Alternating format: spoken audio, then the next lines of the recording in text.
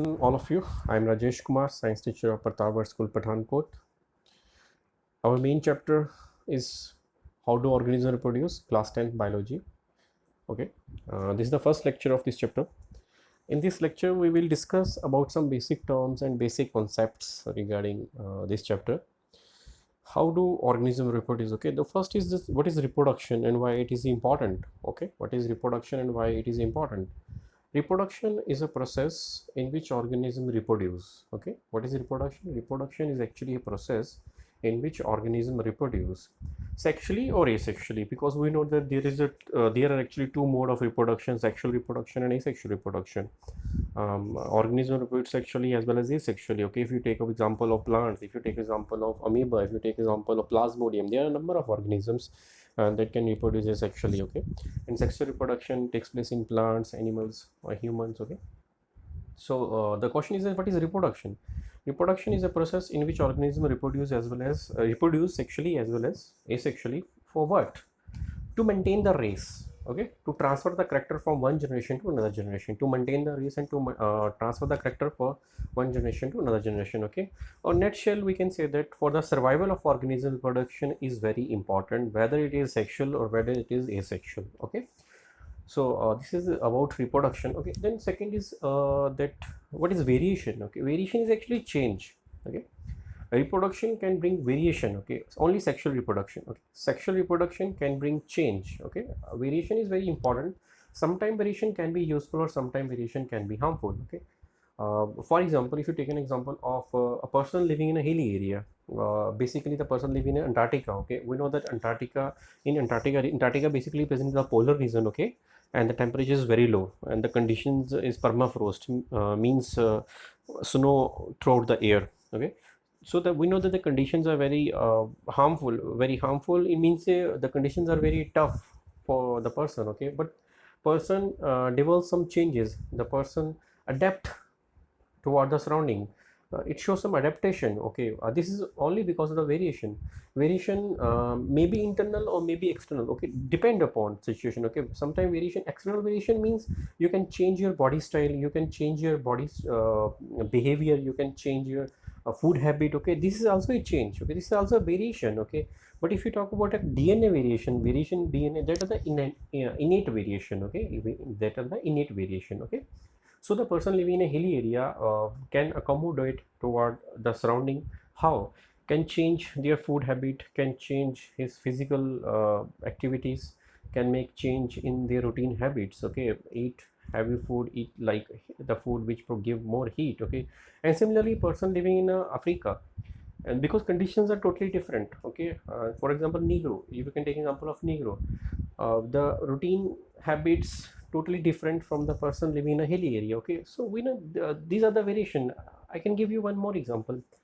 For example, there is a colony of beetle. Okay, beetle.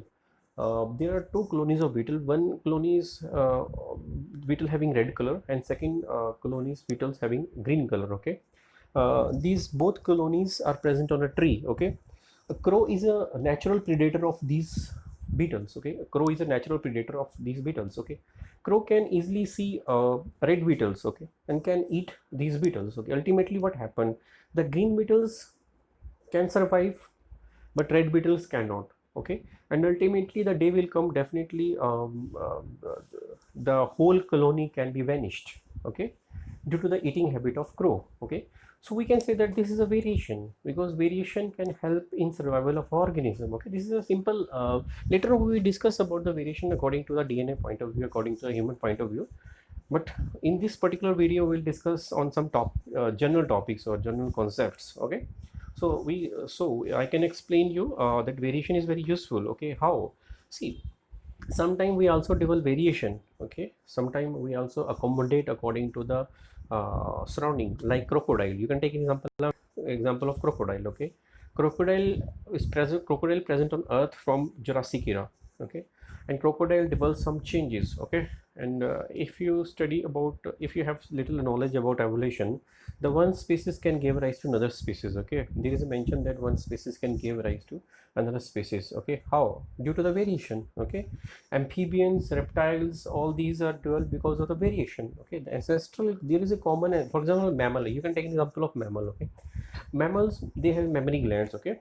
Basically, for example, bat is a mammal, human is a mammal, animal, dog, cat, all are mammal, whale is a mammal, okay. So there is so much difference, but there are some characters that resemble in these organisms. Why? Because this showed us that there is some similarities among the ancestor of these organisms, or maybe the similar ancestor, okay. So this, and then later on they develop variation according to the surrounding, okay. So this is the simple variation, okay. Then second is DNA, okay. Then now our main topic is DNA, okay. DNA is a genetic material which basically transfer from one generation to another generation, okay. What is DNA? DNA is a genetic material which can transfer to from one generation to another generation, okay. These DNA carry genetic information, okay. And the DNA copy is very important in reproduction. DNA copy means one parent DNA can give rise daughter DNA. This is called as DNA copying, okay. DNA copying play a very important role in reproduction, because if the DNA transfer to next generation, then we can say the character transfer to the next generation.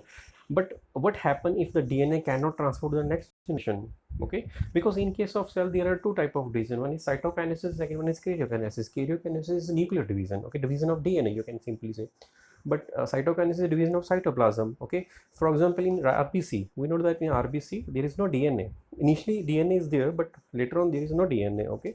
So there is no genetic information inside the RBC, okay. I hope you understand some basic concepts, okay. Maybe so in the next video. In the next video we will definitely start this chapter, okay. Thank you and have a nice day.